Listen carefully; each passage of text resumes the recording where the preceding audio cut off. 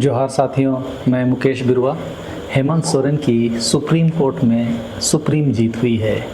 आप इस खबर को देखें। एक मुख्यमंत्री होने के नाते राज्य से बाहर जा रहे खनिजों पर अपने रॉयल्टी के हक को हासिल करने के लिए केंद्र सरकार से आमने सामने की लड़ाई के लिए चेतावनी दे रहे हैं। अभी तक की स्थिति यह थी कि प्रोस्पेक्टिंग लाइसेंस, माइनिंग लीज से लेकर रॉयल्टी तक केंद्र सरकार ले जा रही थी। राज्य सरकार को अपनी ज़मीन पर खनिज होने के बावजूद भी केंद्र के यहाँ गिड़गिड़ाना पड़ रहा था। केंद्र के रहमो करम पर ही सारे पैसे रहते थे। राज्य की सरकारों के भाजपा के नहीं होने पर अक्सर केंद्र सरकार माइनिंग से संबंधित पैसे राज्य को देने में आनाकानी कर रही थी। लेकिन सुप्रीम कोर्ट की 9 सदस्यीय संवैधानिक पीठ ने ऐतिहासिक फैसले में कहा है कि खनिज वाली ज़मीन पर टैक्स लगाने का अधिकार राज्यों को है। मतलब हेमंत सोरेन सरकार को अब अपने ज़मीन के अंदर से निकाले जाने वाली खनिज पर टैक्स लगाने का अधिकार मिल गया है। सुप्रीम कोर्ट ने यह फैसला 9 जजों की संवैधानिक पीठ ने 8:1 के बहुमत से फैसला सुनाया है। एक जज ने असहमत फैसला दिया। अपने फैसले में सुप्रीम कोर्ट ने स्पष्ट कर दिया है कि राज्यों को खनिज अधिकारों पर कर लगाने का अधिकार है और केंद्रीय खान एवं खनिज विकास एवं विनियम अधिनियम 1957 यानी MMDR एक्ट 1957 इस शक्ति को सीमित या कम नहीं करती है।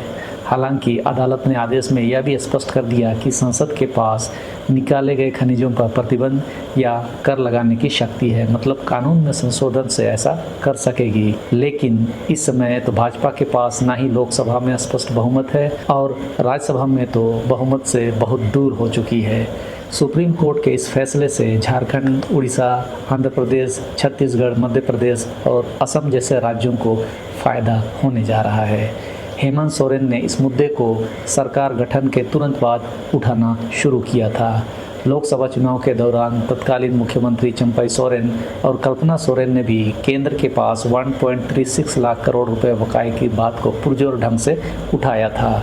लोगों के जेहन में यह बात थी कि केंद्र सरकार झारखंड सरकार के यानी झारखंडियों का हक अधिकार पर कुंडली मारकर बैठी हुई है।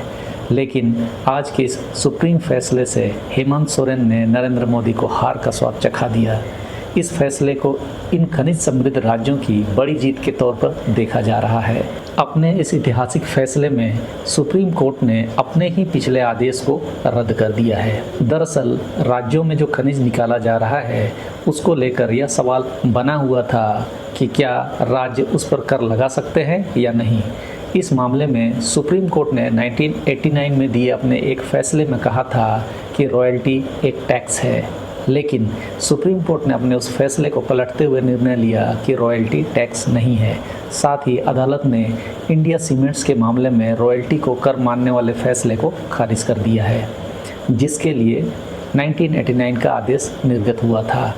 सुप्रीम कोर्ट के इस सुप्रीम निर्णय के अनुसार केंद्रीय MMDR एक्ट 1957 राज्य की कर लगाने की शक्तियों को सीमित करने का कोई प्रावधान नहीं करता है। वहीं रॉयल्टी के विषय में अदालत का कहना है कि यह पट्टे से आती है यानी लीज से, और इसे आमतौर पर निकाले गए खनिजों की मात्रा के आधार पर तय किया जाता है। इसकी बाध्यता पट्टा देने वाले और लेने वालों के बीच एग्रीमेंट की शर्तों पर निर्भर करती है।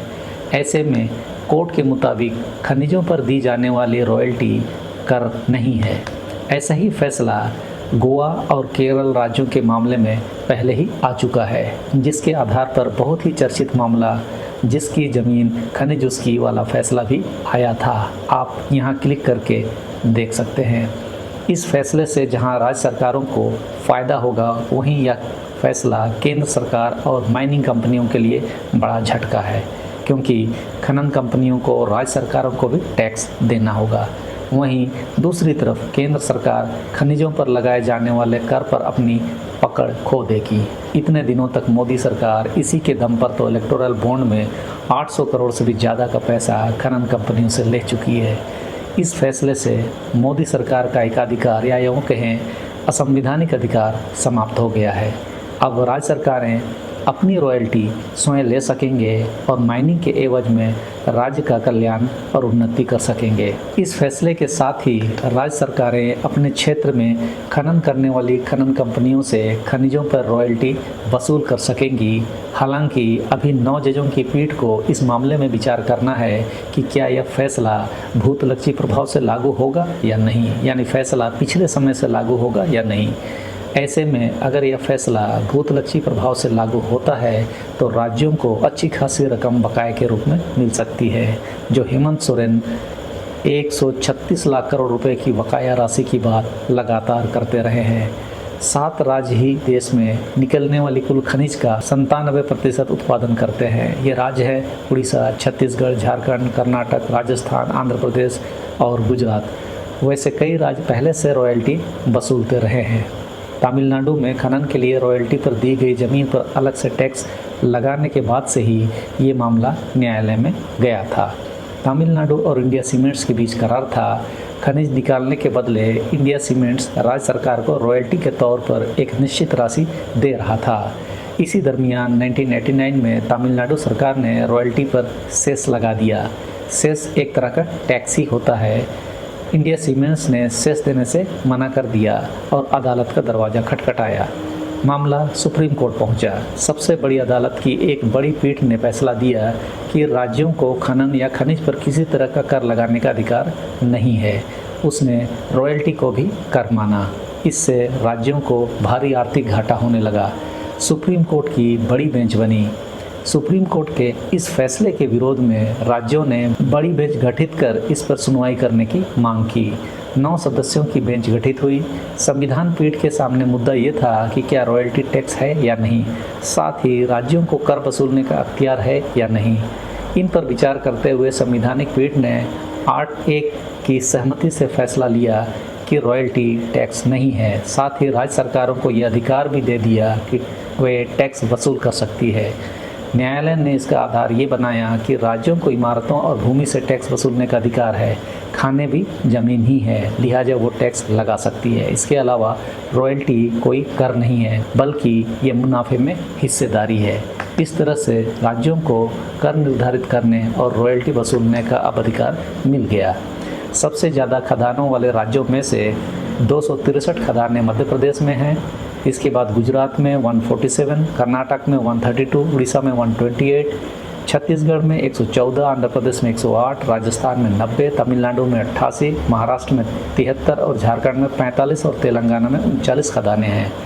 2021-22 के आंकड़ों की बात की जाए तो खनिजों का 44.11% उत्पादन उड़ीसा में, 17.34% छत्तीसगढ़ में, 14.1% राजस्थान में, 13.24% कर्नाटक में, 4.36% झारखंड में, 2.44% मध्य प्रदेश में और 1.45% महाराष्ट्र में हुआ था। इसी आंकड़े के मुताबिक 2021-22 में भारत में कुल 2.11 लाख करोड़ रुपए से ज़्यादा के खनिज का उत्पादन हुआ। खदानों की संख्या और हिस्सेदारी तो एक महत्वपूर्ण आंकड़ा है ही। इसमें अहम बात यह नहीं कि कितने एकड़ या हेक्टेयर में खनन हो रहा है, बल्कि राज्य सरकारें खदानों से निकलने वाली खनिजों के आधार पर रॉयल्टी लेंगी। इस तरह से उनके राजस्व की कमाई भी उसी अनुपात में बढ़ेगी। राजस्व का ये स्रोत राज्यों को माली तौर पर मजबूती देगा, लेकिन इस पर विपक्षी राय यह भी है कि यदि यही टैक्स अगर कुछ अधिक मात्रा में लग जाए तो इससे हर तरह से महंगाई भी बढ़ सकती है। साथ ही अधिक टैक्स की स्थिति में राज्यों के सामने सीधा विदेशी निवेश पर भी बुरा असर डाल सकता है। इससे पहले वाले वीडियो में आपने देखा कि कैसे केंद्र सरकार हेमंत सोरेन सरकार को खनिजों की नीलामी करने की धमकी दे रहे थे, ताकि ज़्यादा से ज़्यादा पैसा रॉयल्टी के रूप में और कर के रूप में खनन कंपनियों से लूटा जा सके। सुप्रीम कोर्ट के इस फैसले से मोदी सरकार के नापाक इरादों पर भी रोक लगेगी, ऐसी हम उम्मीद कर सकते हैं। यह जानकारी कैसे लगी कमेंट बॉक्स में ज़रूर बताएं। ज़्यादा से ज़्यादा लोगों तक वीडियो को पहुंचाने का प्रयास करें ताकि अपने हक की आवाज़ ज़रूरतमंद लोगों तक पहुंच सके। सबों को धन्यवाद। जोहार।